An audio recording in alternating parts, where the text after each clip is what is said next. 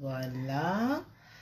Je suis vraiment contente de vous retrouver tous cet après-midi pour un sujet vraiment très très important, et j'espère que tout comme mon esprit a été éclairé par la compréhension de ce phénomène, j'espère qu'il en sera de même pour vous et que vous vous sentirez plus léger par rapport à cette situation regrettable que nous avons l'occasion de vivre ou de faire subir à d'autres, le nègre contre nègre. Alors, pourquoi vous ne dites pas que ce sont les Noirs qui ont vendu les Noirs?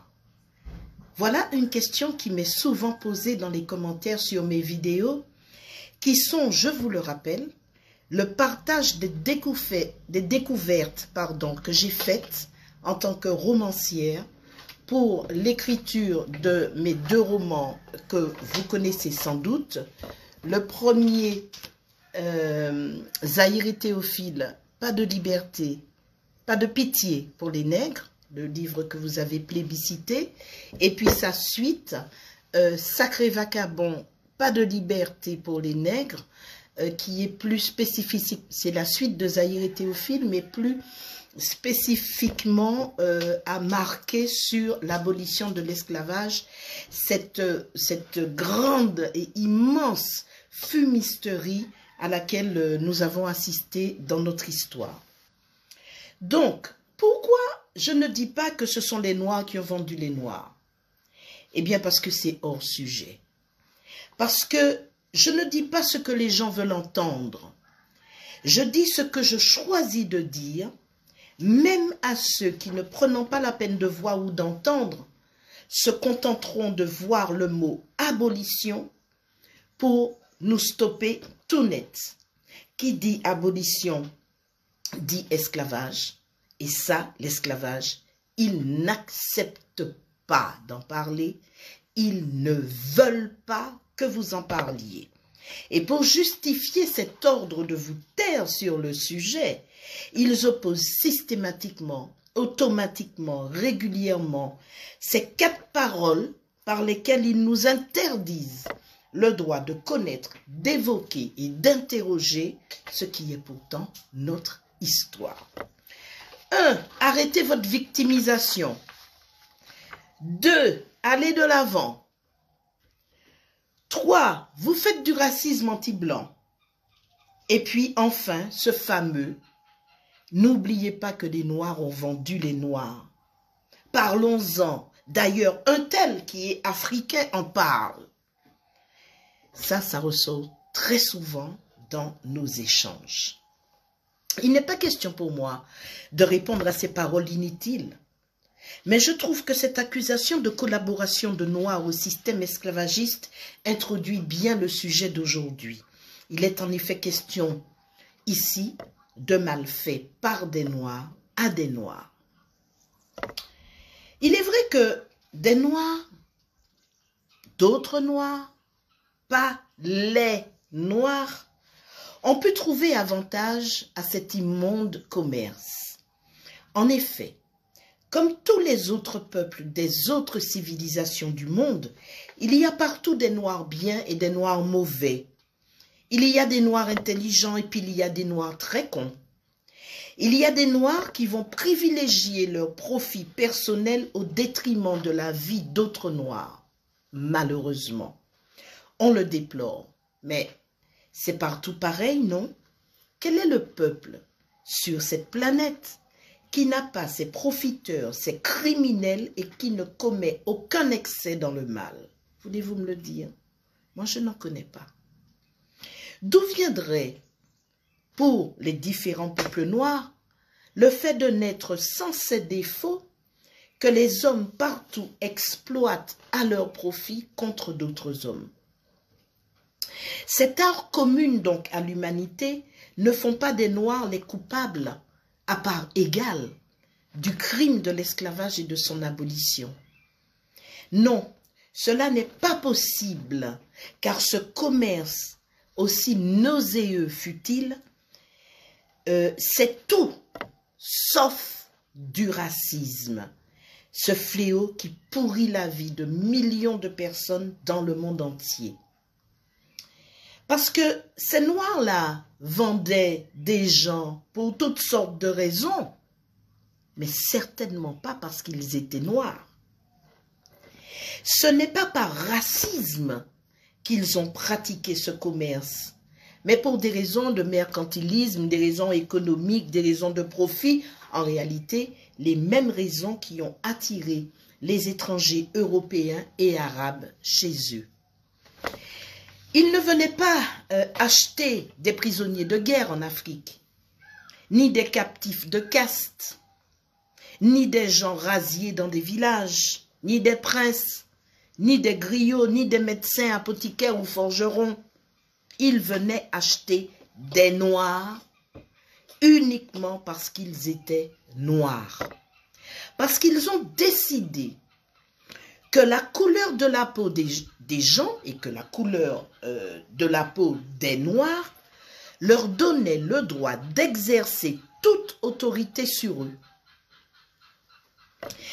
En plus de tout ce qu'on peut leur reprocher, c'est de ce racisme-là dont ont souffert les Blancs esclavagistes. Car on peut apparenter le racisme à une maladie qui dévore de l'intérieur, n'est-ce pas?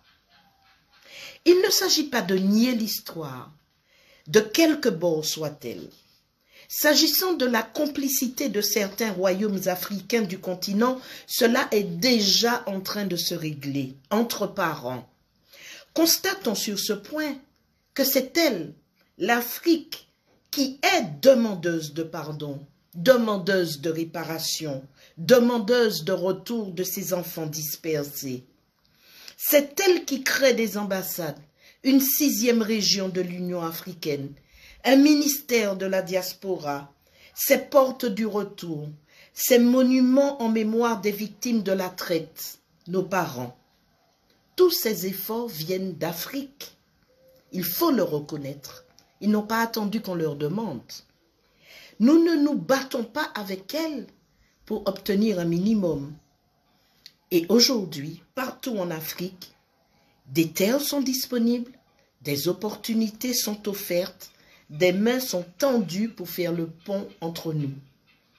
C'est avec gratitude que ceux pour qui il est important que tous les responsables du drame de l'esclavage, tous les responsables donc de ce drame s'engagent dans la réparation, que nous accueillons cette volonté de réparer le mieux possible, notamment par le retour sur le continent pour ceux qui le souhaitent.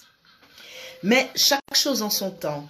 Pour l'instant, nous nous intéressons aux désastreuses conséquences du racisme qui a poussé des gens à faire commerce de personnes sur la seule base de la couleur de leur peau, avec pour conséquence directe, peut-être, ce fameux nègre contre nègre, les nègres contre les nègres, que nous avons parfois à déplorer dans nos rapports. Tout d'abord, qu'est-ce que le nègre contre nègre?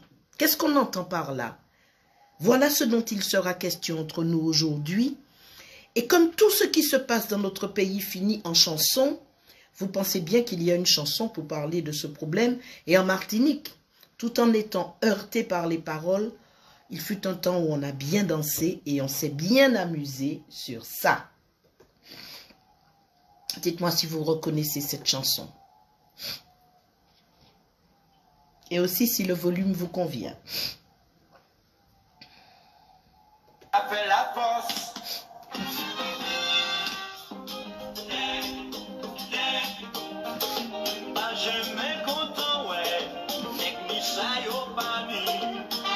Otep.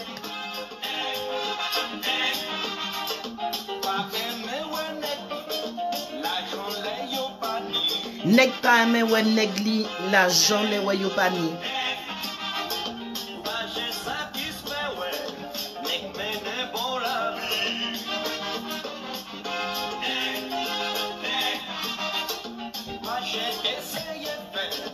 Eh ben non, cher Bajok Maga, cher Maminou, eh ben non. Vous allez voir tout à l'heure que ce n'est pas aussi simple. Ce n'est pas aussi simple. Oui, nègre égale esclave, c'est vrai. Mais dans le contexte dans lequel nous parlons, nous voyons bien que nous parlons des Noirs en général en utilisant ce vocable qui était utilisé pour les désigner. Non, ce n'est pas la mafia, la perfecta, ben, je vous l'ai dit. Ce n'est pas la perfecta. Sous la terre.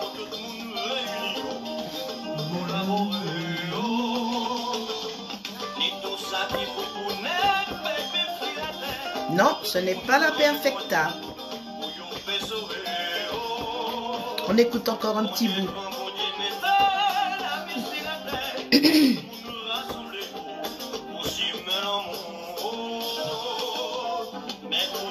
Non, Geneviève, c'est pas la perfecta. Bon, alors, cette chanson, c'est Nègre contre Nègre, le tube de Jean-Michel Cabrimol avec la mafia. Donc, vous allez retrouver cette chanson sur YouTube. Jean-Michel Cabrimol, la mafia, Nègre contre Nègre. Il y a d'autres morceaux sur le même thème. Mais voilà, beaucoup d'entre vous viennent de dire à l'instant que ces paroles sont à méditer. Certains d'entre vous ont dit que ces paroles sont vraies. Nous allons regarder ça de plus près. Si vous le voulez bien, vous risquez d'être surpris. Alors, tout d'abord, je vais partager avec vous la définition la plus limpide que j'ai pu trouver du nègre contre nègre. Elle nous est donnée par mon amie, la chercheuse et poétesse Aneta Vete-Kongolo. Elle en parle dans un livre passionnant qu'elle a publié sur la façon dont nous nommons et dont nous disons les choses. Ce livre, c'est L'interoralité caribéenne, le mot compté de l'identité, vers un traité d'esthétique caribéenne. Alors, c'est publié aux éditions Connaissance et Savoir, et je vous mettrai le lien dans le premier commentaire lorsque cette vidéo sera finie. Alors, écoutez comment Aneta Vete-Kongolo définit le nègre contre nègre. Vous allez voir, c'est fort intéressant. Alors, le nègre est l'ennemi du nègre. L'expression nègre contre nègre, le nègre est l'ennemi du nègre, renvoie à une pensée populaire attribuant au nègre un défaut ultime réprouvé. Elle signale une disposition du nègre à systématiquement faire preuve de trahison envers un autre nègre et à lui refuser la solidarité. Si cette affirmation peut facilement être contredite par les faits, je répète, si cette affirmation peut facilement être contredite par les faits, elle ne trouve pas moins ses origines dans la tradition historique. Construire l'image à imprimer durablement dans les esprits et dans le système de perception de part et d'autre, mais surtout chez l'Africain, que le nègre est un loup pour le nègre, fut une entreprise réelle s'appuyant sur des procédés précis. Dutertre signale clairement que chaque île a son bourreau, que ce dernier est toujours un nègre et qu'il est récompensé pour faire subir à ses frères des abjections physiques et morales. Donc, elle cite Dutertre qui dit, donc chaque île a son bourreau qui est ordinairement un nègre, à qui on donne la liberté pour ce sujet et qui est aussi toute la récompense qu'il tire de cet emploi infâme. Fin de citation. Et Aneta Vete-Kongolo continue. Comme dans tous les systèmes esclavagistes, dans le système français aussi, on pensera à utiliser les gens de couleur libre, entre guillemets, pour contenir leurs frères esclaves. Un tel fait systématique, survenu sur une temporalité longue et selon un système appointi, façonne les esprits, crée des traumatismes, des méfiances et des déchirures.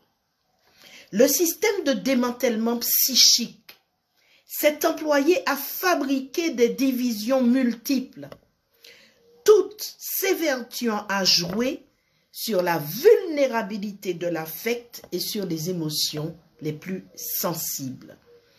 Les conséquences, mais aussi les impressions qui en découlent, mènent vers la perception donnant crédit à l'expression nègre contre nègre.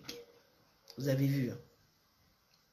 Donc elle continue. C'est le système esclavagiste, armé de l'intention de démantèlement psychique chez le nègre, qui crée le nègre contre nègre. Le trauma est concret et opère dans le subconscient. Entendez bien, dans le subconscient. Il se manifeste dès lors que le nègre vit l'impression d'une agression par un semblable. Les mécanismes du traumatisme proposent une telle agression comme inconcevable et entretiennent le désir d'une solidarité et d'une fraternité inaliénable entre nègres au nom de l'expérience commune d'oppression.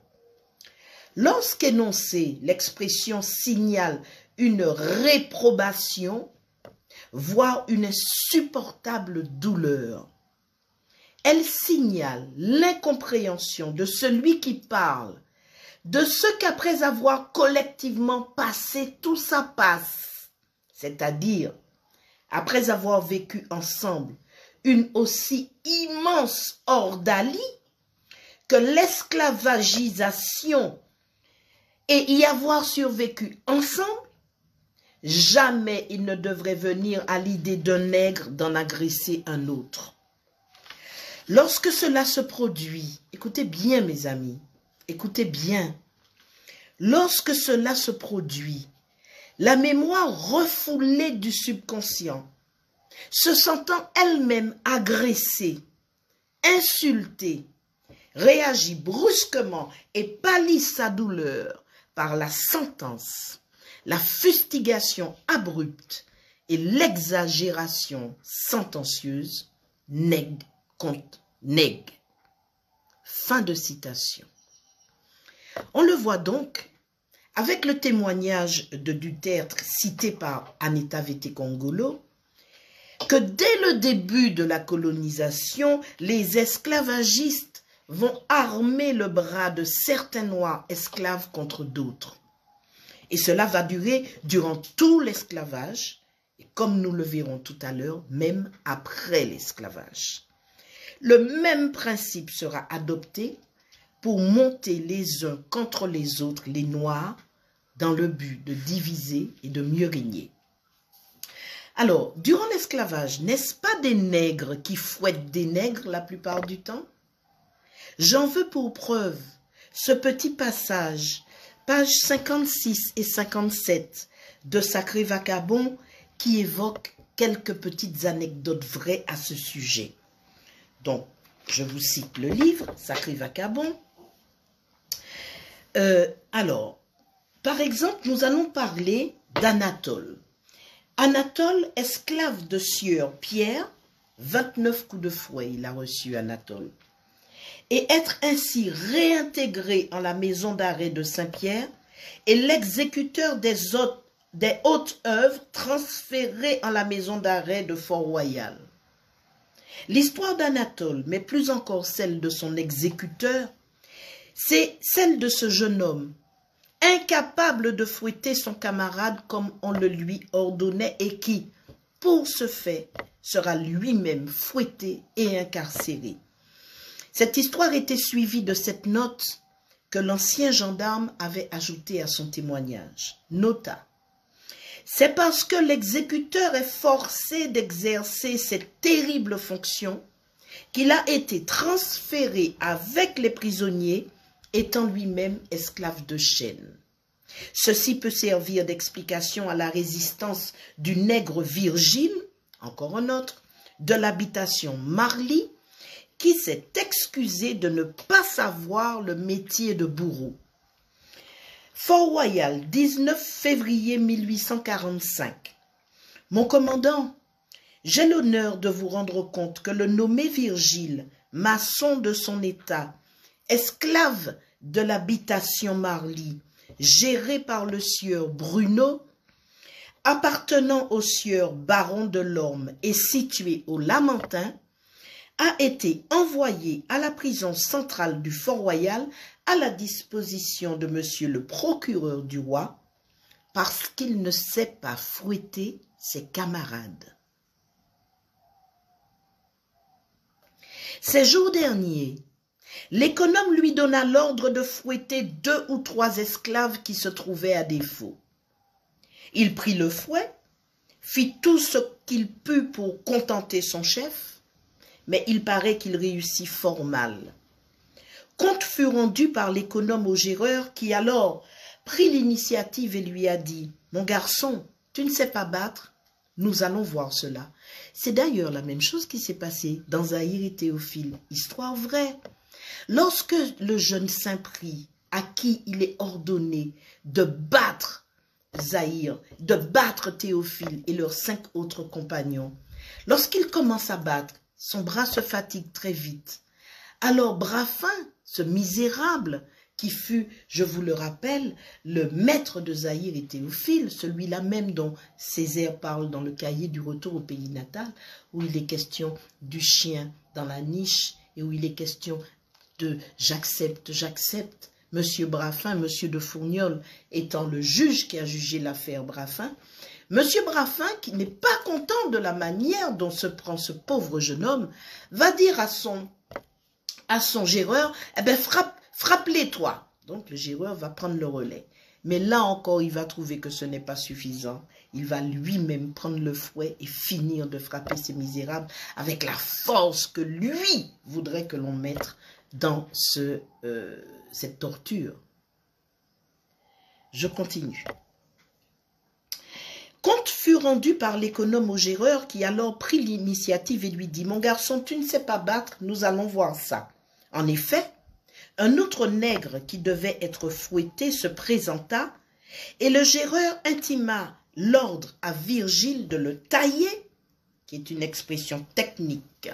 On taillait les gens avec le fouet. Il obéit, mais il s'en acquitta aussi mal qu'auparavant. Aussitôt, il fut empoigné, mis au cachot et envoyé à Fort-Royal. Voyez la jurisprudence du directeur de l'Intérieur, lettre du 27 février. Le maître peut choisir qui il veut pour exercer momentanément les fonctions de commandeur et précise le gendarme qui fait ce rapport dont nous nous servons dans Sacré Vacabon. Il dit « Dans commandeur, lisez bourreau et voyez les notes de cette lettre. » Donc, ainsi, durant l'esclavage, fit-on du nègre le bourreau de son frère. On aurait pu penser qu'après l'abolition, ça serait différent. Pensez-vous, bien au contraire.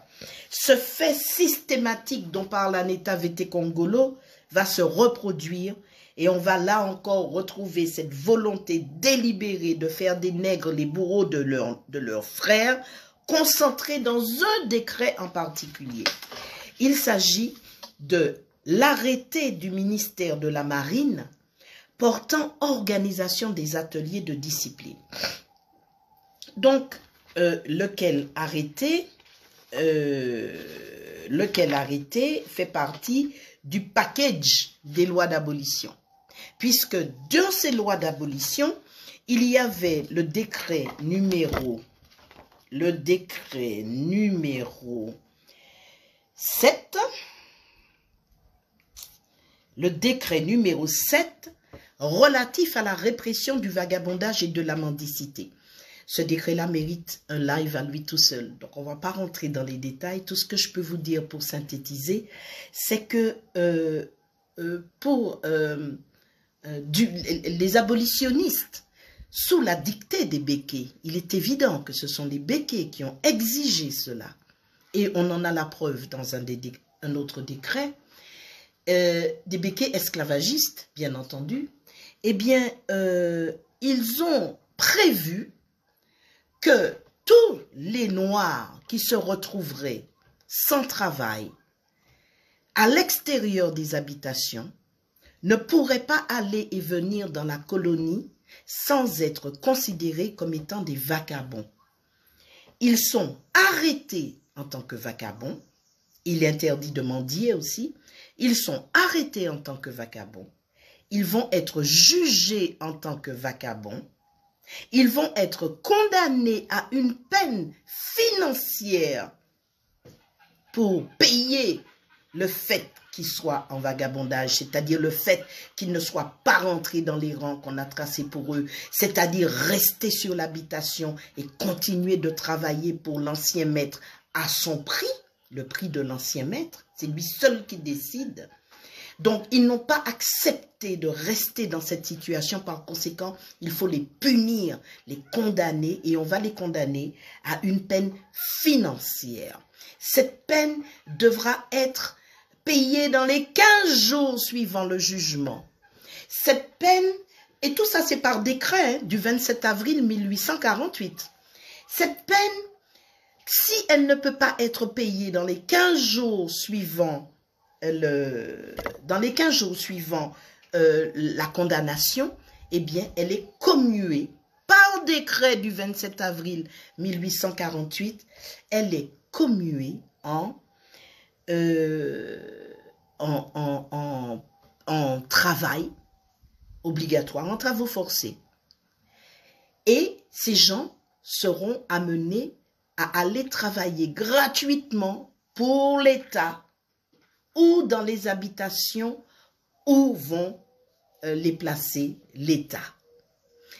Et ce même 27 avril 1848, on ne va pas se contenter de dire aux gens, bon voilà ce qui va vous arriver si vous ne suivez pas le nouveau code noir de l'esclavage moderne qui est dans ce décret numéro 8. Voilà ce qui va vous arriver.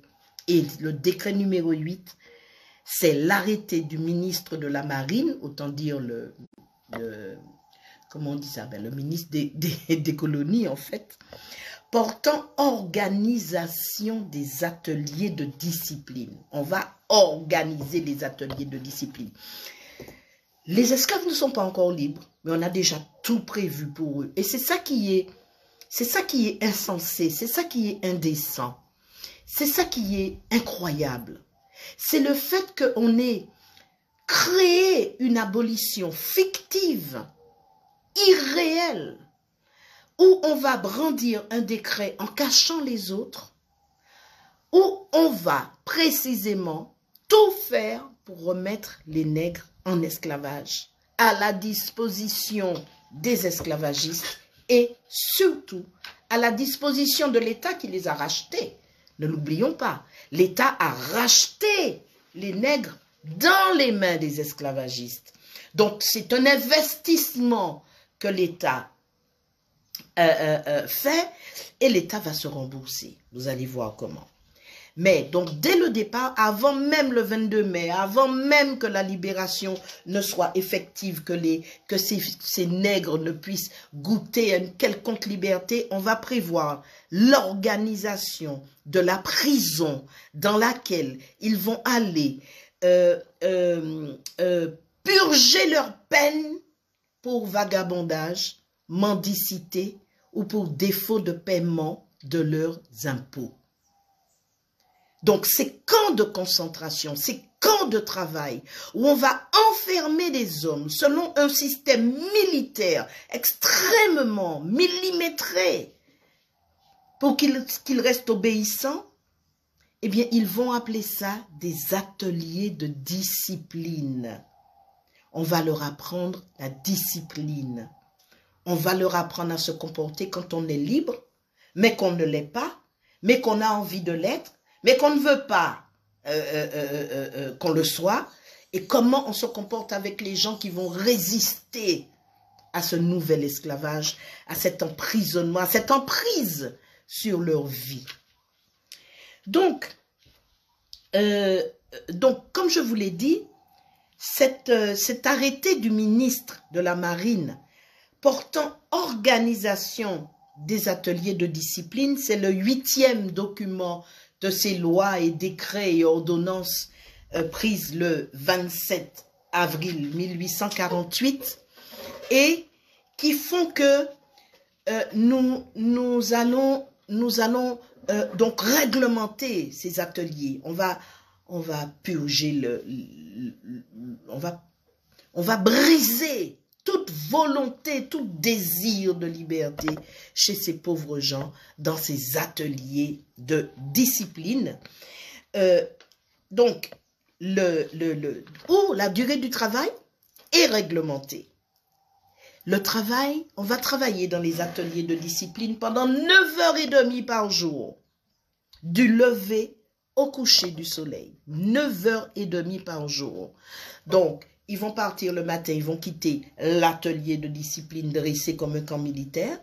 Ils vont arriver sur les lieux où ils vont travailler 9h30 de temps. Et ça va leur rapporter 1 franc par jour.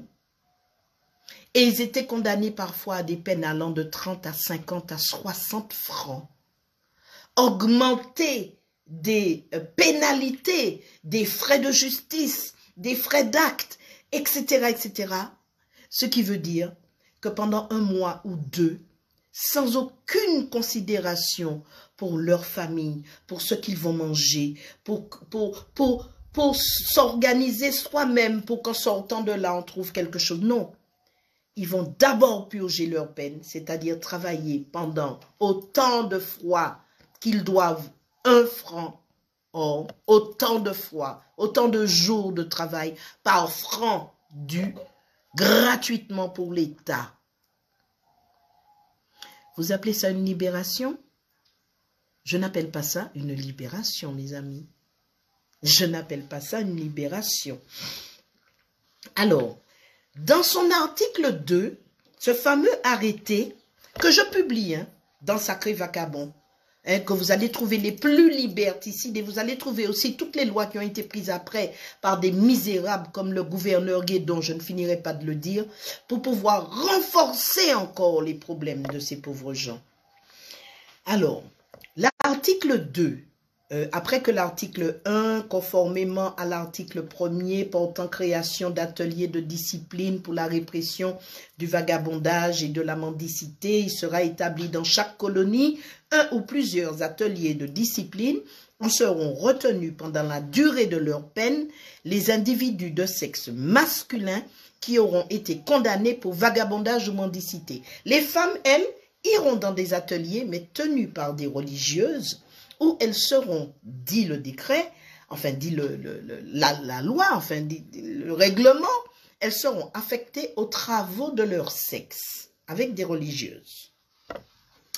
L'article 2 de cet arrêté précise que ces individus seront employés aux travaux des différents services publics de la colonie ou à la culture des domaines de l'État. T'en demandez où? Le domaine, l'État ni des domaines. Et puis, c'est Muntala qui passe à payer l'impôt, qui pas l'hérité, qui les vivent autrement, là, qui pas ni doit vivre autrement, eh bien, il y a les travail gratuitement dans les domaines de l'État. Alors, de la composition de l'atelier, ça va être, et c'est là que ça va commencer à nous intéresser, à partir de l'article 3. L'atelier de discipline sera composé d'une ou de plusieurs compagnies. Chaque compagnie sera composée de 2 sections. Chaque section de 5 escouades, chaque escouade de 10 travailleurs, d'un chef et d'un sous-chef d'escouade. Un surveillant et un pourvoyeur feront en outre partie du cadre de la compagnie qui sera ainsi déterminé. Écoutez bien. Vous avez un surveillant, vous avez un pourvoyeur, vous avez un chef d'escouade, vous avez 10 sous-chefs d'escouade, vous avez 10 maîtres travailleurs, 10 travailleurs de première classe, et c'est là qu'on commence à mettre des strates entre les nègres. Vous aurez des travailleurs de première classe, vous aurez, donc il y en aura 20 travailleurs de 2e classe, 30 non, pardon, excusez-moi, 20 travailleurs de première classe, 30 travailleurs de deuxième classe et 40 travailleurs de troisième classe. Vous êtes dans le même atelier de discipline. Vous avez des travailleurs de première classe, de deuxième classe, de troisième classe, évidemment, la troisième classe étant la pire. Total de l'effectif, 122 hommes. Donc, l'article 4 va placer chaque atelier de discipline sous les ordres d'un régisseur dont la nomination appartiendra au commissaire général de la République. Donc forcément, il va nommer un fonctionnaire blanc qui va être régisseur de cet atelier de discipline, de cette habitation de l'État. Parce que c'est une habitation, comment Schellcher disait ça? Il appelait ça des habitations pénitentiaires. C'est ça que Schellcher voulait créer, des habitations pénitentiaires, pour justement punir les délits et les crimes qui seraient commis par les nouveaux libres. Mais ils ont préféré appeler ça atelier de discipline.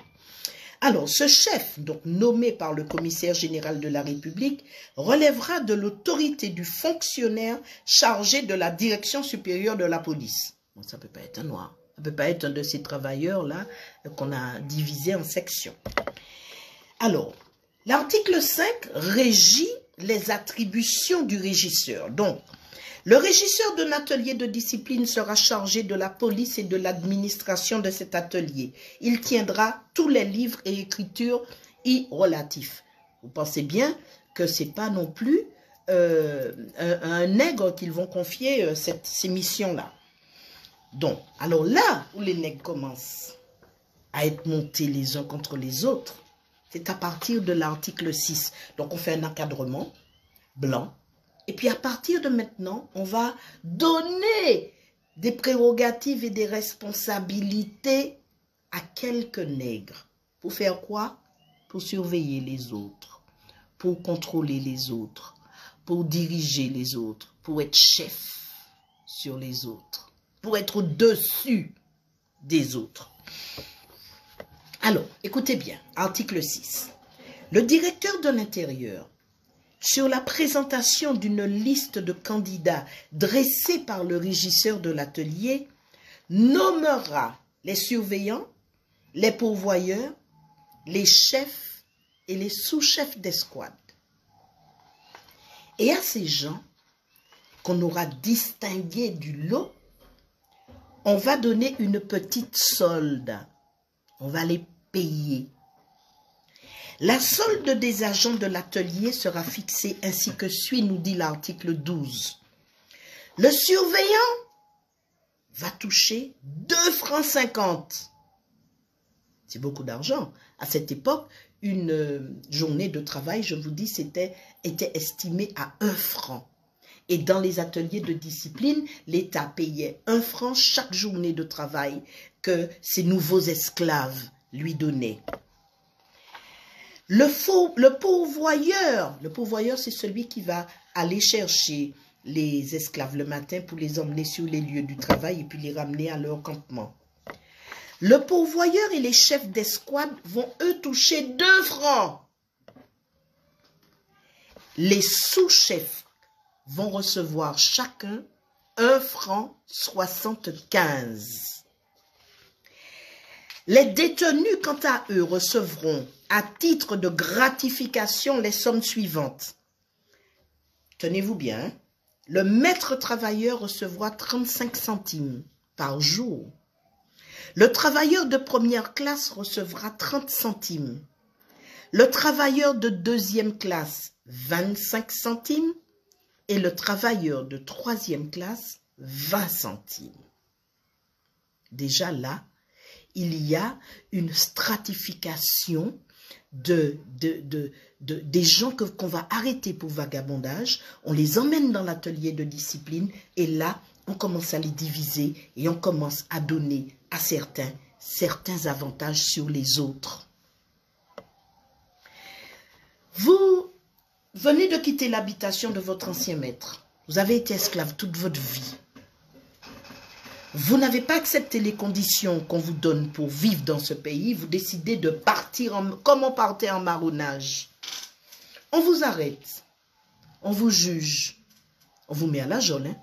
On vous juge, on vous condamne à, allez, 50 francs, tout compris de dommages pour le fait que vous vous soyez retrouvé en vagabondage. Ça veut dire que vous devrez travailler combien de jours quand vous gagnez 20 centimes par jour? Combien de jours de travail gratuit vous devrez à l'État? Vous n'avez pas vu que c'est abominable? Alors, celui qui va gagner 20 centimes, pour les mêmes faits, un autre qui va se retrouver en prison avec lui dans l'atelier de discipline, pour les mêmes raisons, on va lui donner 1,75 franc. Parce qu'on va lui donner une petite responsabilité, on va le nommer sous-chef. Et au sous-chef, on va donner, écoutez, 1,75 franc lorsque le travailleur de 3e classe ne va gagner que 20 centimes pour la journée de travail. Est-ce que vous vous rendez compte de l'abominable piège qui s'est refermé sur nos ancêtres avec ces gens qui, le 27 avril, quelle date maudite, le 27 avril 1848, ces gens-là se sont penchés sur le sort des esclavagistes et les ont tirés d'affaire, tout en tirant la couverture à eux et tout en bénéficiant pleinement de cette situation sur des gens à qui on avait dit « Vous allez être libérés, vous allez être libres, la France va vous libérer ». Le type se retrouve dès l'âge de 16 ans. À l'âge de 16 ans, on était tenu de travailler dans une habitation. Eh bien, si on ne travaillait pas dans une habitation, atelier de discipline, et le travailleur de 3e classe, plus nombreux, parce qu'ils sont 40 ceux-là. Vous avez 40, les derniers de la liste, ils vont gagner 20 centimes par jour de travail gratuit pour l'État. Vous avez été arrêté avec votre copain, votre ami. Lui, on l'a mis dans les travailleurs de 3e classe. Pourquoi, on ne sait pas. En tout cas, on a décidé que lui faisait partie des 40 de la 3e classe. Et puis vous, comme vous êtes un peu, je ne sais pas, peut-être forte tête ou intelligent, on va vous dire, écoutez, on va vous donner une responsabilité et vous serez bien payé. Donc, vous allez devenir surveillant et vous allez gagner 2,50 francs par jour. Au sortir de l'esclavage, vous n'avez jamais travaillé pour personne, vous n'avez jamais rien gagné de votre vie. Une journée de travail payée sur le marché, c'est 1 franc. On vous propose 2,50 francs pour surveiller vos nègres, vos frères. Vous n'allez pas le faire? Je vous demande. On vous donne 2,50 francs. Donc, vous comptez le nombre de jours que vous allez faire là, le pactole que vous allez avoir en sortant. Eh bien, c'est ça qui va peut-être vous permettre de refaire votre vie. Donc, vous allez bien garder ceux qui sont en dessous, c'est-à-dire les pourvoyeurs, les chefs d'escouade, les sous-chefs et les autres détenus de 1e classe, 2e classe, 3e classe, ceux qui vont gagner 20 centimes, 25 centimes, 30 centimes, 35 centimes par jour de travail pour l'État français, qui vient de leur dire dans le décret numéro 1 que l'esclavage était aboli. Voilà la liberté qui a été donnée à nos ancêtres. Il faut le savoir. Donc, on peut accepter ceci. Mais l'accepter ne signifie pas que ce soit moral. L'accepter ne signifie pas que ce soit bien. L'accepter ne signifie pas qu'on n'est pas violenté dans notre conscience. N'est-ce pas? Et alors, pour bien tenir les nègres et bien les monter les uns contre les autres et bien gérer la façon militaire et le cloisonnement du nègre contre nègre qu'on va mettre dans l'atelier de discipline de manière systématique et légalisée par l'État, eh bien, on va accorder des récompenses à ceux qui font bien leur travail de gendarme et de surveillants et de sous-chefs. Et on va donner des punitions à ceux qui vont se rebeller, qui vont refuser et qui ne vont pas jouer ce jeu de la profitation coloniale. Les punitions sont abordées dans l'article 16 de c'est pas un décret, c'est un arrêté, de cet arrêté. Et l'article 16 dit, les punitions à infliger aux travailleurs pour manquement à leurs devoirs sont la réprimande publique faite par le régisseur. Celui qui dirige, il va vous mettre devant tout le monde, il va vous appeler devant tout le monde, et puis il va vous réprimander. La consigne, la retenue de tout ou partie de la gratification, c'est-à-dire qu'ils peuvent ne pas être payés. S'ils n'obéissent pas, ils ne sont pas payés. La cellule disciplinaire, autrement dit la prison. La prison, le cachot, la perte du rang. Et toute faute tombant sous l'application d'une peine plus sévère sera jugée par les tribunaux compétents. Voilà. Donc vous ne marchez pas. Ah bon, vous n'acceptez pas. Bon ben, boudoum. Et puis alors là, quand on va vous condamner, on va encore vous condamner à une peine pécuniaire. Et vous allez encore devoir aller dans un autre atelier de discipline pour rembourser l'État qui vous a racheté comme une marchandise dans les mains de vos anciens maîtres. Voilà l'histoire. Voilà le nègre contre nègre dans toute sa splendeur. La voilà. Et les récompenses à présent. Ah, attention, on va bien soigner ceux qui sont obéissants. On va les bichonner, écoutez bien. Les récompenses à accorder aux travailleurs pour leur zèle et leur bonne conduite sont la gratification en argent. On va leur donner un petit peu plus d'argent. On va acheter leur solidarité perdue. On va acheter leur conscience.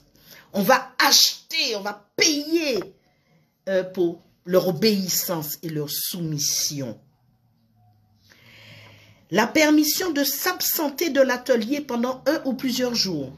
Vous imaginez, on vous dit, tenez-vous bien, travaillez bien, surveillez bien, dénoncez bien. Et puis, si vous êtes gentil et bien sage, eh bien, vous aurez une petite permission d'1 jour ou 2 pour aller voir ce qui est devenu votre femme là, que vous n'avez pas vu depuis qu'on vous a arrêté.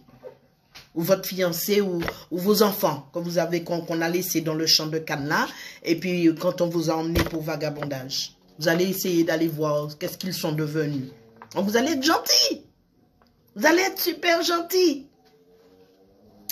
Ils avaient droit aussi à la promotion à une classe supérieure ou au grade de maître travailleur. Alors le maître travailleur, je vous rappelle son salaire. Le maître travailleur, 35 centimes. Vous allez passer de 20 centimes à 35 centimes. D'accord? Si vous êtes gentil, si vous travaillez bien, si vous êtes soumis. D'accord? Et puis vous pouvez aussi passer de 3e classe à 2e classe. Et puis de 2e classe à 1re classe. Et chaque fois, vous allez gagner un petit 5 centimes en plus par jour. Quelle bande de misérables! Comment on peut accepter l'idée que cela se soit passé, que cela ait été pensé, conçu, imaginé, rédigé et appliqué avec sauvagerie pendant des décennies sur la tête des esclaves, des anciens esclaves, soi-disant nouveaux citoyens que l'on prétendait libérer. Mais ce n'est pas normal. Ça n'est pas normal, mais du tout. Ok? Alors, ils auront aussi la mention honorable à l'ordre du jour. Parce qu'on va appeler certains pour les réprimander, et puis on va en appeler d'autres pour les féliciter. La réduction ou la remise entière de la peine prononcée. Ça pouvait aller jusque-là. Plus on était gentil, plus on avait des faveurs. Hein, conformément à l'article 16 du comité de patronage. Parce que on a fait de comité de patronage là. il y a un fait de comité de patronage que Yokai mettait en place et ce comité de patronage va distribuer des bons points. Voilà, ils vont... Quelle bande de... C'était pas humain ça, ni comme pensée, ni comme comportement. Alors on va me dire, oui, mais c'était normal à l'époque. Le mal n'est jamais normal.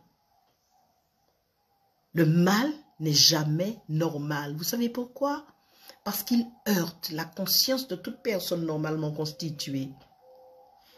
Normalement, la conscience est heurtée. Donc, quand les gens arrivent à ce point où ils n'ont plus de conscience, vous savez, cette espèce de baromètre que vous avez en vous là, qui vous dit que ça c'est bien, que ce que vous avez fait là est bien, oui, qui vous empêche de dormir la nuit parce que ce que vous avez fait là, vous savez très bien que c'est mal. Ils n'avaient même plus ça, ces gens-là. Ils n'avaient même plus ce baromètre-là. Mais ce n'est pas parce qu'ils ne l'avaient pas, eux, que nous allons considérer leur comportement comme un comportement humain normal. Alors, voilà, en gros, on ne va pas même rentrer dans les détails épisodes, mais voilà, en gros, ce qui est prévu pour nos chers résistants, ceux qui vont dire non aux lois du 27 avril, voilà ce qui les attend. Et ça va durer pendant des décennies. D'ailleurs, en septembre 1854, le comte de Guédon, ce bourreau du peuple martiniquais, cet homme est un bourreau du peuple martiniquais, l'un des plus parfaits qui ait pu exercer dans ce pays, le comte de Guédon. Il prend un arrêté qui précise dans son article 1er que les amendes ainsi que les condamnations aux frais et dépenses prononcés par les tribunaux de police seront convertis de droit en travail à la journée ou à la tâche à défaut de paiement dans la quinzaine des premières poursuites. Vous avez 15 jours pour payer. Si dans les 15 jours, vous n'avez pas trouvé l'équivalent de 30 jours de travail, l'équivalent de 2 mois de travail pour apporter, pour dire voilà, voilà, et pour vous retrouver en vagabondage tout de suite après, eh bien, vous allez automatiquement, de droit, dit-il, c'est transformé en travail à la journée ou à la tâche. C'est ainsi, mesdames, mesdemoiselles, messieurs, en mettant des noirs, à surveiller des noirs et à grimper aux échelons en fonction de leur docilité et de leur soumission, que les esclavagistes et les abolitionnistes et l'État français par l'intermédiaire de ses gouverneurs sur place remirent les Noirs en esclavage et sur les bitations où ils allaient rembourser leurs dettes d'impôts ou le prix de leur liberté en tant que vagabonds. Voilà l'histoire. Voilà ce que racontent les archives. Voilà ce que disent les documents. Alors, Cécile me dit, de tout temps, partout, il y a des chefs, des sous-chefs, des punitions, des félicitations et des récompenses. Certes, mais il y a des sujets qui sont plus lourds de conséquences pour l'homme que d'autres. D'accord? Lorsque, dans certaines guerres, on va féliciter des gens parce qu'ils ont tué, comme on l'a fait avec le général Gallieni, dont nous allons parler une fois prochaine, parce que lui aussi, le héros, l'immense héros de l'histoire de France, l'un des plus grands héros de l'histoire de France,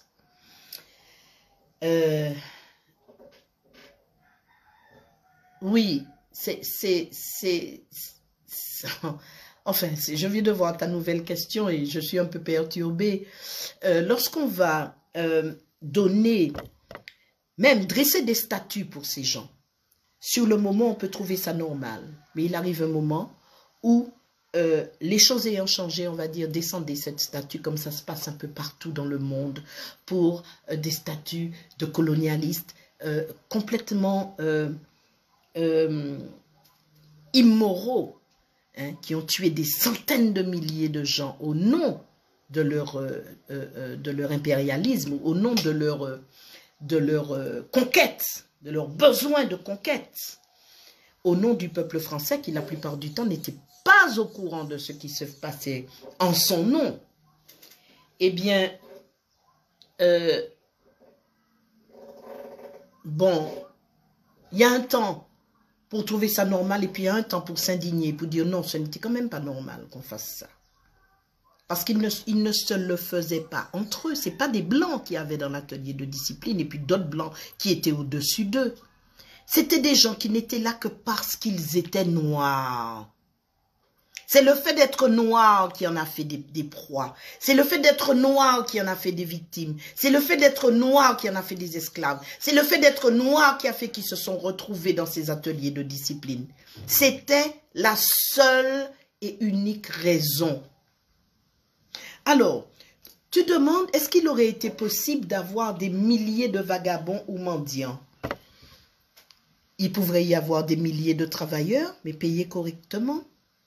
Puisque n'oublions pas que bien que la colonie pût connaître quelques difficultés à ce moment-là de son histoire, mais elle était extrêmement riche et elle faisait la richesse de la France. On s'en souvient, avec le sucre. Par conséquent, il y aurait pu avoir, écoutez, moi, je ne dis pas que j'aurais été parmi ces abolitionnistes, voici la solution que j'aurais apportée pour que tout le monde ait du travail.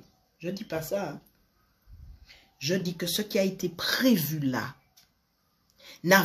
c'était la preuve qu'il n'y avait absolument aucune espèce d'intention ou de volonté d'aider ces pauvres gens à sortir de la misère, du désespoir de l'esclavage, uniquement parce qu'ils étaient noirs. On n'arrêtait pas les blancs pour vagabondage. Hein.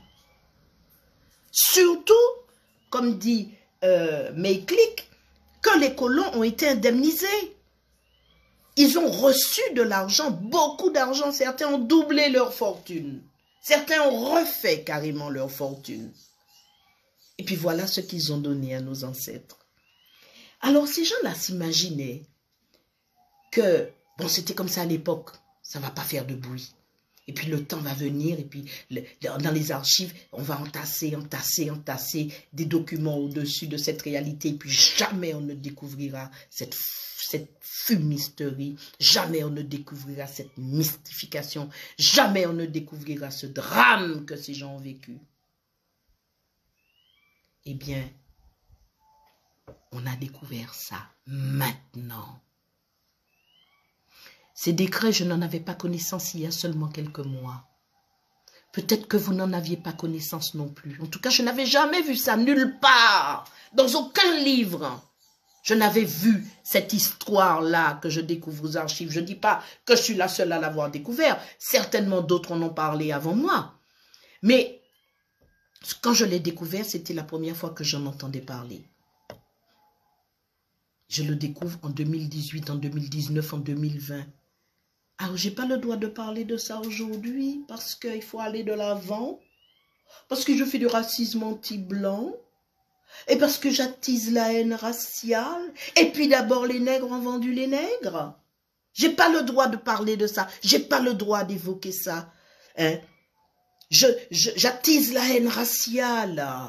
Moi, j'attise la haine raciale, alors que je suis tout simplement indignée, étonnée, surprise que le pays des droits de l'homme, qui aurait pu s'enorgueillir de cet extraordinaire progrès pour l'humanité que devrait être cette abolition de l'esclavage, qu'elle ait transformé ça en une mascarade pareille. Vous trouvez ça normal? Pas moi. Je ne trouve pas ça normal. Et je ne vais jamais arriver à trouver ça normal. De même que je ne trouve pas normal qu'on viole des enfants, même si à l'époque, au Moyen-Âge en France, eh ben, les rois et les reines se mariaient, ils avaient 12 ans, 13 ans, hein. Parfois un peu moins, hein. C'était normal pour eux à l'époque. C'est pas normal pour moi. Il y a des choses qui ne sont pas normales. Je ne trouve pas normal qu'on arrête quelqu'un parce qu'il a une religion et puis qu'on le mette dans un four et qu'on le brûle. Je ne trouve pas ça normal, même si c'était normal pour les gens qui à l'époque l'ont fait. Pour eux, c'était tout à fait normal. À la limite, ils faisaient du bien à l'humanité d'après eux. Non, ce n'était pas normal. Ce n'était pas du tout normal. Alors nous n'allons pas pouvoir justifier de ça. On ne peut même pas essayer de justifier de ça. On ne peut que constater que les choses se sont passées comme ça. Et que c'est comme ça, notamment, que dans notre histoire, on a continué de monter des nègres contre d'autres nègres. Et qu'on est arrivé à nous faire croire que tous les nègres étaient contre tous les autres nègres. Je vous signale que dans Sacré Vagabond, il y a des épisodes où justement, le même gendarme qui raconte ce qui s'est passé pour Virgile, le même gendarme raconte comment des Noirs ont protégé les leurs de coups inutiles, de punitions inutiles, comment ils se sont retournés contre le géreur, notamment à Sainte-Marie sur l'habitation La Salle. Hein? Comment ils se sont retournés contre le géreur pour des punitions injustes qu'ils ont refusé d'appliquer. Il y a un passage là, je vais essayer de vous le retrouver maintenant qu'il me revient en mémoire. Attendez, je vous cherche ça. J'y ai pas pensé avant, j'aurais préparé. Mais... ah oui, je vais vous raconter une anecdote où on voit bien qu'à la même époque, de même qu'on dressait des nègres contre des nègres, mais il y avait des nègres qui passaient leur vie à défendre les leurs. Alors, Juliana avait été la propriété de l'habitation des Grottes, je suis à la page 157 de Sacré Vagabond, au Makuba, où la cruauté, la répression, la violence exercée durant cette période sur les nègres des ateliers entrèrent dans les annales. Il y a eu une étude qui a été faite et publiée sur ce qui se passait sur l'habitation des Grottes, qui a fait école et qui est rentré dans les annales pour le niveau de cruauté qui a été atteint sur cette habitation. Cette nuit-là, elle raconta comment elle brava l'univers esclavagiste en proie, selon elle, à une vraie folie meurtrière. Je ne serais pas restée là à attendre mon tour. C'est une vagabonde qui parle. Tout avait commencé le 2 mars 1845, quand l'économe de l'habitation des Grottes avait considéré que l'atelier ne se rendait pas au travail assez vite. « Fouette-les donc !» avait-il dit exaspéré au commandeur. « Fouette-leur la figure si elles n'obéissent pas assez vite, ces ânesses. » « Ah bon? Mais puisque vous êtes si hardi, pourquoi ne nous battez-vous pas vous-même? » Même Juliana, qui s'entendit dire ça comme ça, sursauta. Quant au géreur, il n'en crut pas ses oreilles. Ce défi exigeait une réponse et une sanction exemplaire contre la négresse qui venait de braver son autorité devant tout l'atelier. Pour elle, il exigea les 4 poteaux, le pire, sur le champ. Quand, aidés du commandeur, ils tentèrent de s'emparer d'elle, tout l'atelier leur tomba dessus et leur arracha littéralement Juliana des mains. Les tortionnaires battirent en retraite et laissèrent Juliana en sachant qu'ils ne pouvaient s'en prendre à elle ce jour-là sans risque pour leur vie. Malheureusement, avec ce géreur, les choses allaient de mal en pire, jusqu'à ce que vienne un procureur devant lequel nous avons dit tout ce que nous reprochions à cet homme, ce que le procureur a soigneusement noté dans son rapport. Et je vais terminer comme ça. En ma présence, le dimanche 8 de ce mois, l'atelier s'est exprimé ainsi en s'adressant à M. Fortier, il s'appelait Fortier, ce misérable, qui se trouvait à mes côtés. Nous savons que vous voulez nous pousser à bout pour nous forcer à faire des bêtises, mais vous ne réussirez pas. Nous continuerons toujours à travailler, même la nuit comme nous le devons, bien que vous prétendiez que notre intention est de refuser le travail. Vous vous rendez compte? Histoire vraie. Ça, c'est notre histoire. Donc, j'espère que vous avez bien compris que cette histoire de nègre contre nègre là, c'est un mythe. Il faut qu'on finisse avec ça. Il faut radier cette expression de notre... Parce que vous avez bien vu pendant tout le développement que c'est quelque chose qu'on a fabriqué et qu'on nous a plaqué dans l'esprit. Et c'est cette souffrance qui n'accepte pas, comme le disait, comme l'explique Aneta Vete-Kongolo. Vous savez, nous avons des chercheurs et nos chercheurs cherchent. Et quand ils cherchent, ils trouvent. Eh bien, Aneta Vete-Kongolo nous a prouvé dans son écrit que tout ça, c'est une machination savamment orchestrée pour donner aux nègres l'impression que ce sont eux-mêmes qui leur font du mal. Le mal vient d'eux. C'est eux qui sont mauvais, c'est eux qui se font du mal.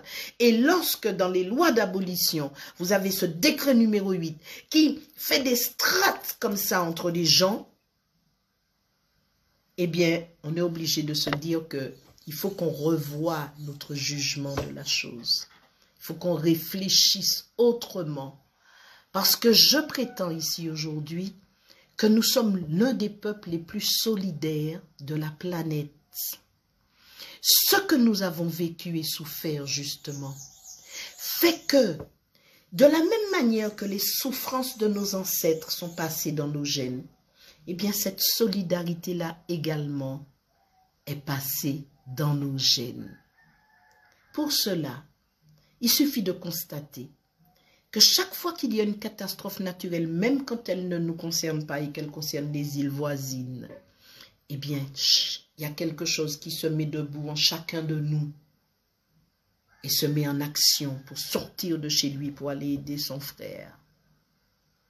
Seulement, on a oublié ça parce qu'on est arrivé à nous faire croire que tous les nègres détestaient les nègres. Et parce qu'on était un nègre, on ne voulait pas réussir. Que parce qu'on était un nègre... D'accord? Donc, réfléchissons autrement sur nous-mêmes. Écoutons nos sociologues. Écoutons nos chercheurs comme Aneta Vete-Kongolo. Redistribuons les cartes. Ce que nous avons, ce qu'on nous a appris. Ce qu'on a mis dans nos têtes, et vous l'avez vu, comment ça a été mis dans nos têtes, cette histoire de nègre contre nègre, à travers l'histoire, depuis l'esclavage jusqu'après l'abolition. C'est une méthode qui a été mise en place pour imprimer dans le cerveau des pauvres gens qui étaient victimes de cette mystification incroyable que fut cette abolition de papier, de pacotille, que c'était eux les véritables responsables de leur malheur. Voilà l'histoire du nègre contre nègre. Donc arrêtez de dire ça. Vous êtes entre hommes. Vous avez un homme qui ne vous aime pas ou qui n'aime pas ce que vous faites. Ce n'est pas parce que vous êtes noir qu'il n'aime pas ce que vous faites. C'est parce qu'il est qui il est et que vous êtes qui vous êtes. Pas parce que vous êtes noir. Le nègre contre nègre est une création. Je vous l'ai démontré durant toute la dernière heure, une création du système esclavagiste pour s'imprimer, comme le dit l'auteur, Aneta Vete-Kongolo, durablement dans nos cerveaux, une chose que nos cerveaux, nos subconscients ne sont pas capables d'accepter. Je vous rappelle ce qu'elle dit de ça, parce que j'ai trouvé ça vraiment très très fort, et je vais vous donner tout à l'heure le lien pour retrouver son écrit. Donc, ce passage où elle dit dans son étude, ça c'est terrible ça, et c'est ça que je souhaiterais, si vous le voulez bien, que vous reteniez de cette intervention. Alors, le système de démantèlement psychique s'est employé à fabriquer des divisions multiples, toutes s'évertuant à jouer sur la vulnérabilité de l'affect et sur les émotions les plus sensibles. Les conséquences, mais aussi les impressions en découlant, mènent vers la perception donnant crédit à l'expression nègre contre nègre. C'est le système esclavagiste, écoutez bien, de façon à balayer dans votre tête tous ces pavés qu'on a mis en vous donnant l'impression que c'est une réalité. C'est le système esclavagiste, armé de l'intention de démantèlement psychique chez le nègre, qui crée le nègre contre nègre. Le trauma est concret et opère dans le subconscient. Il se manifeste dès lors que le nègre vit l'impression d'une agression par un semblable. Les mécanismes du traumatisme proposent une telle agression comme inconcevable et entretiennent le désir d'une solidarité et d'une fraternité inaliénable entre nègres au nom de l'expérience commune d'oppression. Lorsqu'énoncée, l'expression signale une réprobation, voire, dit-elle, une insupportable douleur. Elle signale l'incompréhension de celui qui parle, de ce qu'après avoir collectivement passé, tout ça passe. C'est-à-dire, après avoir vécu ensemble une aussi immense ordalie que l'esclavagisation et y avoir survécu ensemble, jamais il ne devrait venir à l'idée d'un nègre d'en agresser un autre. Et, poursuit-elle, lorsque cela se produit, écoutez bien pour pouvoir guérir de ça, et vous regardez tel que vous êtes et non pas tel qu'on nous a mis, parce que je suis dedans aussi.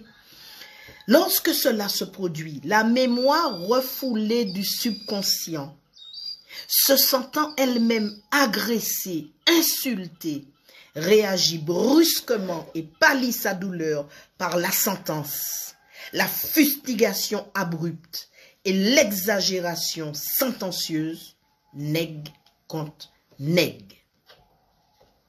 Voilà ce que je voulais vous dire cet après-midi, en espérant que vous allez trouver comme moi, dans ces informations scientifiques et historiques, matière à réfléchir sur ce que nous disons de nous-mêmes, ce que nous pensons de nous-mêmes, ce que nous projetons de nous-mêmes aux autres. Et combattre définitivement l'idée que nous sommes ce peuple qui s'arrache et qui ne s'aime pas parce qu'entre noirs, ce n'est pas vrai. Et je le répète, nous sommes un des peuples les plus solidaires du monde. Par conséquent, il faut qu'on remette nos pendules à l'heure. Il faut qu'on déconstruise méthodiquement, systématiquement, tous les préjugés que l'on nous a créés, qu'on nous a fait avaler. Je parle de ça sur des siècles. C'est pas une chose qui s'est faite comme ça. Aneta Vete Kongolo vous dit que c'est depuis le début de l'esclavage qu'on donne aux nègres pouvoir de maltraiter son frère. On exige cela de lui, on le lui ordonne.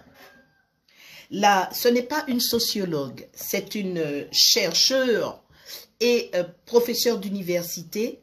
Elle s'appelle Aneta Vete Kongolo. Je vais vous mettre son nom dans le premier commentaire, enfin dans l'un des commentaires, et je vais aussi, et même dans le titre, dans la présentation du sujet, quand je pourrai le taper, et je vais vous donner également le lien où trouver ce passage ou cette définition que j'ai pu trouver qui est limpide, et cette démonstration brillantissime que même là, on nous a encore trompés en nous donnant l'impression que nous étions les propres victimes de nous-mêmes. Ça pas vraiment, Maya. Nous gardons qu'on nous y est. Nous pas plus mauvais qui d'autres. Et comme je le disais au début, le peuple martiniquais est un peuple héroïque. Il a vécu héroïquement. Il a survécu héroïquement.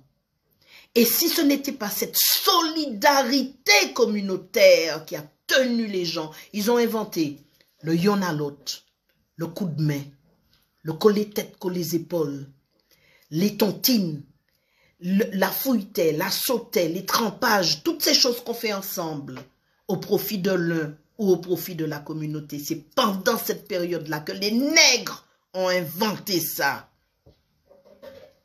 Donc, utilisons notre énergie, notre présent à glorifier ce qui a fait de ce peuple un peuple si fort, un peuple si extraordinairement héroïque. Soyons fiers de nous. Arrêtons de baisser la tête devant les sentences à nègre contre nègre et arrêtons de prendre toute critique de nos frères pour des attaques personnelles parce que c'est un mécanisme psychologique qu'on a implanté dans notre subconscient. Allons l'arracher et c'est pour ça que je demande réparation. Je demande réparation parce qu'il faut payer des psychologues pour soigner les gens chez qui on a implanté des racines aussi profondes de dépréciation de d'eux-mêmes, de leur personne, de leur famille, de leurs ancêtres.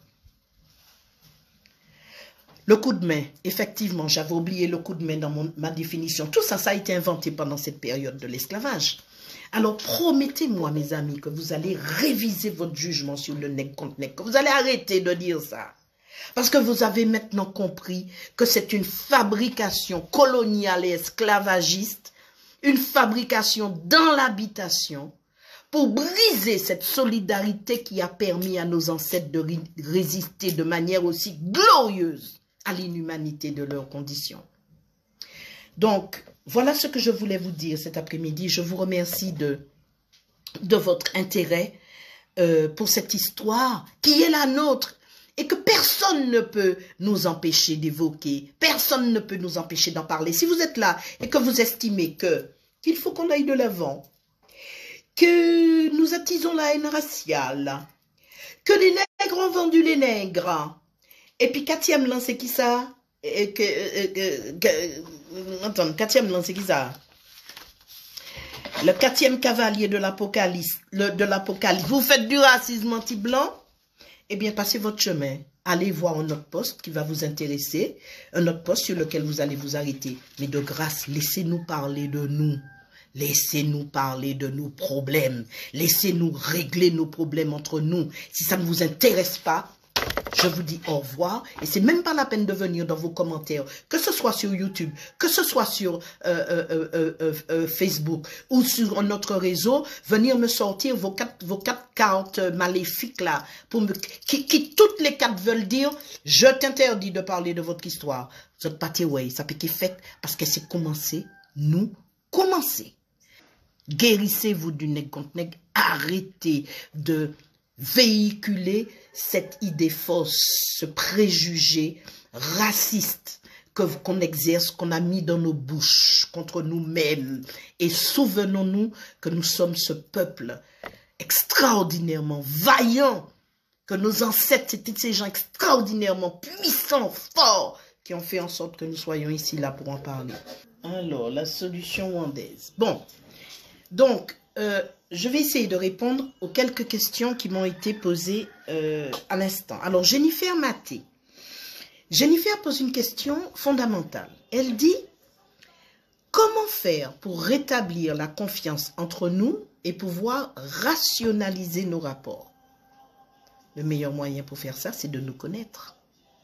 Est-ce que vous vous reconnaissez dans le nègre contre nègre, vous, par exemple? Est-ce que vous détestez votre collègue parce qu'elle réussit et que vous ne réussissez pas? Est-ce que c'est votre cas?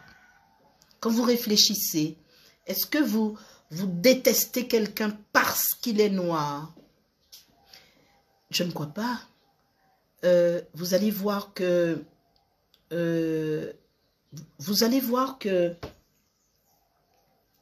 si vous vous posez, vous imposez cette abomination, vous allez bien voir que vous n'êtes pas comme ça. Je crois que le mieux, c'est déjà de se connaître. C'est également de connaître la vérité. Une fois que vous avez vu comment on a mis ça dans nos têtes, comment on a mis ça dans nos vies, mais vous pouvez vous en défaire maintenant. Je reste persuadée qu'au moins 50% des gens qui ont entendu cette intervention aujourd'hui ne vont plus penser nègre contre nègre de la même manière. Donc ça permet de rétablir la confiance en nous, puisque c'est pas vrai. C'est pas vrai. Donc, moi je dis, pour rétablir la confiance, déjà, nous faire confiance, essayer de comprendre pourquoi nous avons les défauts que nous nous reprochons. Et en comprenant que ces défauts ont été instrumentalisés, nous ont été imposés de manière subliminale et qu'elles ont imprégné notre subconscient, nous en défaire aussi naturellement que possible, ou en nous faisant aider par des psys. Parce que certains d'entre nous ont besoin d'un psy pour admettre que nous ne sommes pas inférieurs, tout simplement. Qu'un noir ne peut être inférieur à qui que ce soit. On a besoin de psy pour comprendre ça. Donc ça, c'est déjà pour t'avoir répondu, Jennifer. Alors, quand est-ce que ça s'est terminé, demande Guylaine Régal. Eh bien, ça s'est terminé. Ça s'est pas terminé. Ça n'est pas terminé. La preuve, nous sommes encore en train d'en parler. On fait des chansons sur ça. La chanson qu'on a écoutée tout à l'heure de Cabrimol, on a dansé dessus il n'y a pas si longtemps pendant les vacances. Aujourd'hui encore, il y a plein de chansons qui sortent sur ce thème. Donc, ça n'est pas terminé. C'est loin d'être terminé. Ça ne terminera que si nous décidons que c'est terminé. Moi, j'ai décidé ça depuis longtemps quand j'ai découvert tout ce que je vous ai raconté là. Moi, je sais que Nègre contre Nègre, c'est une fabrication subliminale. Ça ne m'intéresse plus, ça ne me concerne plus. Alors, Akal Power demande est-ce que nous pouvons parler du rapport entre christianisme et esclavage? Je ne dirais pas christianisme seulement. Vous voyez le décret numéro 8 dont je vous ai parlé, qui légifère sur la façon dont les ateliers de discipline devront être tenus, apporte une petite précision de taille. Je vous la cherche tout de suite. Il n'y avait pas que les catholiques pendant l'esclavage. Alors, ils disent, ils parlent de la durée du travail.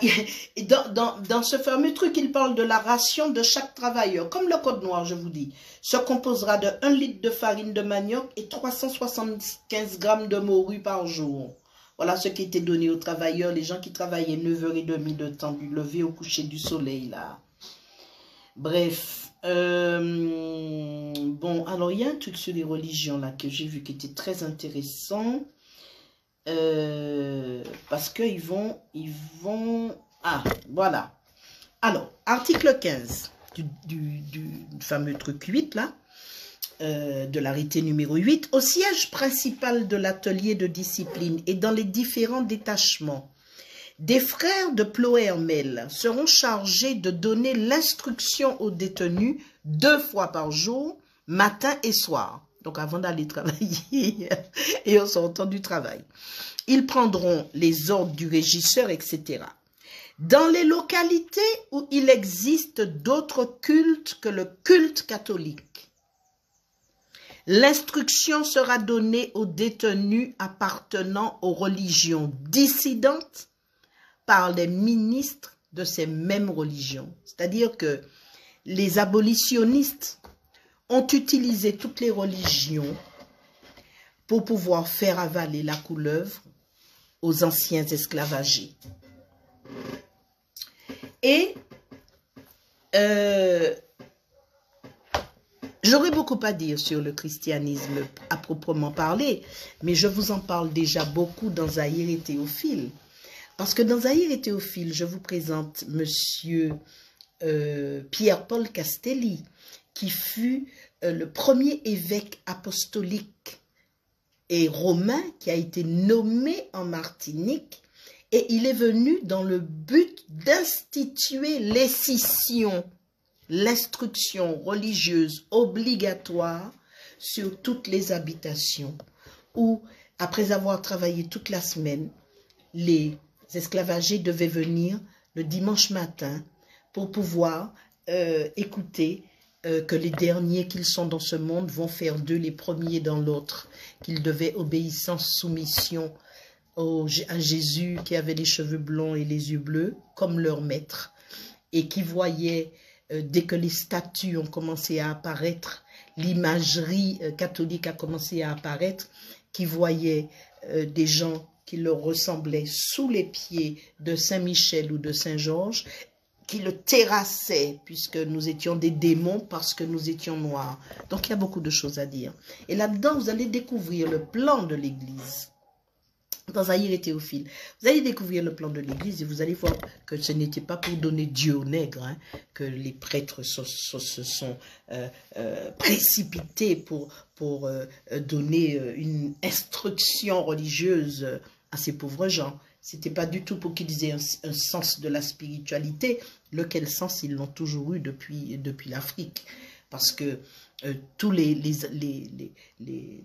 explorateurs qui sont allés en Afrique durant cette terrible période de l'esclavage ont bien vu que ces gens-là étaient extrêmement spirituels, qu'ils avaient des cultures solides, profondes et humaines, des cultures et des civilisations tout à fait enviables, qu'ils ont détruit pour pouvoir les remplacer par leur propre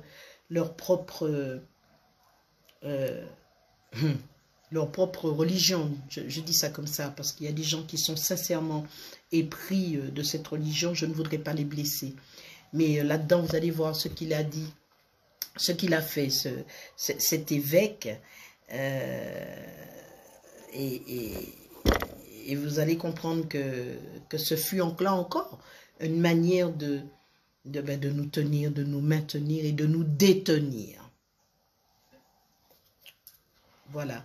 Alors, quant à savoir, puisque tu reposes la question, Guylaine, savoir quand est-ce que les ateliers de discipline ont disparu, ben, je pense que... Tu sais que l'insurrection du Sud de 1870, c'était parce que ces pauvres gens n'en pouvaient plus. Hein. Je pense qu'au début du XXe siècle, les ateliers de discipline existaient toujours. Ça n'a pas arrêté hein, après l'insurrection, parce que ces pauvres gens en avaient tellement marre qu'ils ont fini par se révolter. Mais c'était pas fini. Je pense qu'au début du siècle, il y avait encore des ateliers de discipline en Martinique. Ça, c'est le travail des historiens de nous le dire. Hein. Voilà, ils peuvent nous le dire, ça. Ils peuvent chercher pour nous et nous dire, oui, le dernier atelier de discipline a fermé au Morne Rouge en février 1920. Moi, je ne serais pas étonnée. Du tout. Parce que c'était tellement pratique, vous ne vous rendez pas compte. Tant de vies brisées pendant tant d'années. Ah non, franchement, je suis indignée. Voilà. Et pourtant, je suis là pour être bien. Donc, mon indignation est légitime. Elle ne m'empêche pas de vivre parce que je suis là pour vivre bien. Mais ne venez pas me dire que je n'ai pas le droit de m'indigner d'une telle mystification, d'un tel crime contre mes ancêtres. Ne venez pas me dire ça. Passez votre chemin. Occupez-vous de vos oignons et laissez-moi m'occuper des miens. S'il vous plaît. Je dis ça à ceux qui sortent leurs cartes maléfiques, là. Vous savez, les 4 trucs, là, qui nous prennent la tête, là. Voilà, mes amis, je vous laisse. Comme je vous l'ai dit, je ne souhaite pas que ces lives soient trop longs. Je vous retrouve très bientôt sur un autre thème. J'ai le choix des thèmes parce qu'il y a tellement de choses que nous devons savoir sur ce qui nous est arrivé. Mais je vais encore revenir sur ces décrets d'abolition parce que je vous ai parlé de quelques-uns, mais quand vous verrez les autres, vous n'en reviendrez pas. Je vous rappelle donc qu'ils sont également, je les ai publiés à la fin de Sacré Vacabon, dans un chapitre que j'ai appelé livre 3, les lois liberticides de l'abolition et les décrets liberticides, en particulier les décrets de ce monsieur Guédon, c'est ce monstre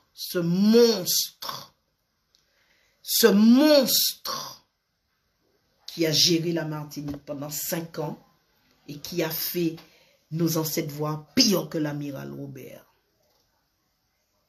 Voilà. Merci beaucoup.